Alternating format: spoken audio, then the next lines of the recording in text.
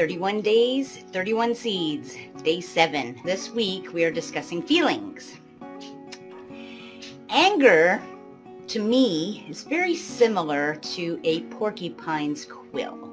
A porcupine can't shoot the quill. A lot of people think porcupines can shoot quills. They can't. You have to actually touch the quill. But the quills have these little tiny fish hook spikes on them. If you just eat past this quill, it can attach to you. Once the porcupine's quill attaches to you, there are tons of little spikes, and it just continues to burrow into you. If this quill is not removed, it can be very dangerous. Let's say you were hit on the chest. This quill can literally start to penetrate through your body and can go into your heart. Leaving the quill of a porcupine in you or your pet can be very devastating. I liken the quill of a porcupine to anger. In my life experience, I can very much associate a porcupine quill to the anger that I have felt in life. Sometimes in life we can be in a position that maybe we're very emotionally tender at the time. Maybe someone has just passed away, or you've just gone through a job loss. Maybe your home is on the line. There are a lot of reasons somebody can be emotionally on edge. And if you come past somebody, maybe they have this quill that's sticking out, and all of a sudden that quill touches you. They've done something that's felt like they've stabbed you, and now you have this porcupine quill in you, and you're very angry about whatever it is this person has done, whether it was right or wrong. You're just angry, and that's okay. We're allowed to have emotions. We are human beings. So now you have this quill in you and you're angry. What do you do with the quill? If the person never comes and approaches you and says, "Oh my gosh, I realize I hurt you, I'm so sorry," that can remove the quill. But that doesn't necessarily happen 9 times out of 10. A lot of times that person just goes off la in their life, and we are left with that quill stuck in us, that quill of anger. And it digs in, and it festers. And maybe we can not think about it for a moment, but then something crosses our mind and we become angry about it again. Does that resonate with you at all? The reason I'm in my robe again is because this one's going to be a doozy. And the seeds that I have learned, anger is a good one. I want to tell you a story I experienced that I have not told anyone before. Being a landscaper and a gardener, I work on a lot of properties, and there was a really large estate that I was working on. They have the back 40 acres of woods in the back. Usually I was able to use their restroom when I needed to use it. Well, this one particular day, the homeowner had left for the day and had locked up the house and said, "Hey, you're on your own." And the gas station was a bit of ways, and there was no way I was going to make it there. It was a person I was working with this particular day, and I had said, "I can't make it to the gas station. I'm going back into the trees way behind the shed. Please make sure none of the workers come back this way." And I was, of course, watching the neighbors to make sure no one's seeing me. And I'm back there and I'm watching the neighbors, and I'm confident this person that I know is watching out for me. And as I'm finishing my business and I turn around, here this man is standing right beside me, was watching me, had his head bent down. Yeah, I was mortified. I pulled up my britches, I zipped my pants, and I was so mortified I decided to leave the job site immediately. And I started walking the length it took to get back to my vehicle, which was quite a ways. All the way back to my vehicle, this man followed behind me, harassing me, saying all kinds of lascivious things to me. I can't even repeat the things this man was saying to me as I walked back to my vehicle. There were so many emotions involved, but let's just stick with the anger. I was really angry, but I didn't want to react on that anger. I wanted to process what had just happened to me. I get back into my vehicle and I go straight home, and I'm processing this. And I'm deciding I no longer want to work with this man. I don't want to bring the homeowner into the situation of what just happened, right? I'm going to contact the homeowner, and I'm going to let them know that I just cannot be on the property when this person is. And if they still wanted me to perform work for them, we would need to figure out a different schedule, or I wasn't around when this man was on the property. Before I could make that phone call, he had realized he had done something wrong, and he must have been in fear he was going to lose his job. He got a hold of the homeowner, and he proceeded to tell the homeowner all kinds of lies about me. Now, I'd known the homeowner for a decade. I'm the one who got him the job at this homeowner. He'd only been working there one summer.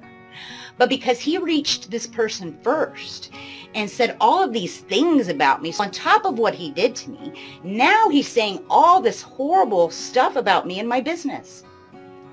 And I was livid. I had flames coming out of my eyes. A normal person would probably just lash out at that. I decided that anyone who knew me, knew my character, and would know that's not Michelle. I decided to walk away from the situation. I didn't react. I never told a soul what happened to me. So if they happen to be watching this, yeah, news to you, isn't it?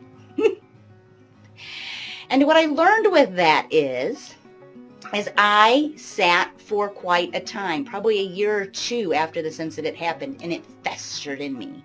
And I wanted to do all kinds of things. I wanted to let people know what a liar this person was and how he couldn't be trusted and what he had done to me. And then I thought, I don't want to live with this anger in me anymore. You know what? He was the bad person in this situation, not myself. A lot of women who have gone through that, number one, are afraid to just talk about it. They feel like they've done something wrong. And number two, you just completely close up in yourself. You feel dirty. You feel like you're no good. You don't feel like you're valuable. And yes, and there is a lot of anger from what was stolen from you. That day that guy did this to me, he stole something from me. The day I was attacked by the other man, he stole something from me. And in life, I'm a people watcher. I watch people. I watch what they do. And I have a lot of friends who have been hurt by men in this way, and they've carried it with them their entire lives. I decided that it's just like that porcupine quill. It might hurt to take it out, because I think if you feel the way that I do, to try to dismiss the anger makes you feel like you're saying it was okay. It was okay what they did if I just let go of the emotion. But I decided that if I hung on to that emotion, I was giving them a place in my life still. I was still giving them life force. Even though they're nowhere near me, I'm still giving to these people. I'm still allowing them to take that space in my life.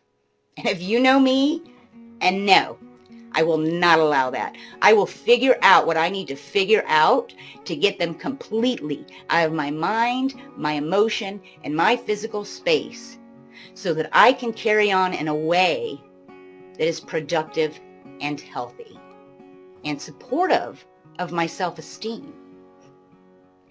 There are going to be people out there who don't like you, and there are going to be people out there who love you. Stay towards the people who love you. That's all there is to it. And I have learned in this time that yes, pulling that quill out hurts. It really does hurt. But I think it's better to just pull it out and throw it away and say, done with that. I've learned from it, and carry on and touch someone else's life so you can encourage them to get up and do something. And what I've learned is we have today. I don't know if I'll be here tomorrow. I really don't. I hope to God I will, but I don't know. I've decided I'm living today. I'm letting the anger go. And I am not letting the past experience, the past hardships that people have thrown at me to cause me to be less than who I know I can be. And to cause me to stop doing the things that I love to do and that just makes me feel enlivened. And the more you gravitate towards that, the more you live it.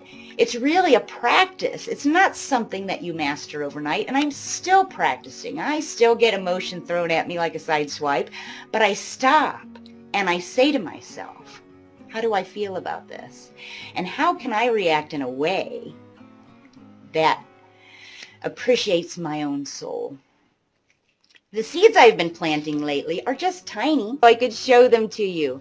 Tiny little poppy seeds. 31 days, 31 seeds are tiny, tiny little seeds. But if you take each of these seeds and you plant them in your life, have you seen the poppy fields of California? Like really. I'm telling you, one little seed can change your life entirely. Day 7, seed 7. I want you to take a good look at your life. Grab something you're angry about. Just one thing. Doesn't have to be everything. Grab one thing that you feel like has just been eating at you and making you feel like your heart hurts and your stomach's upset and you just want to be sick, and look at it and say to yourself, can I pull this quill out? Pull it out. Seed number 7. Pull a quill out of your heart, please. Let yourself thrive, because I love you and I want you to love you. I'll see you tomorrow for seed number 8.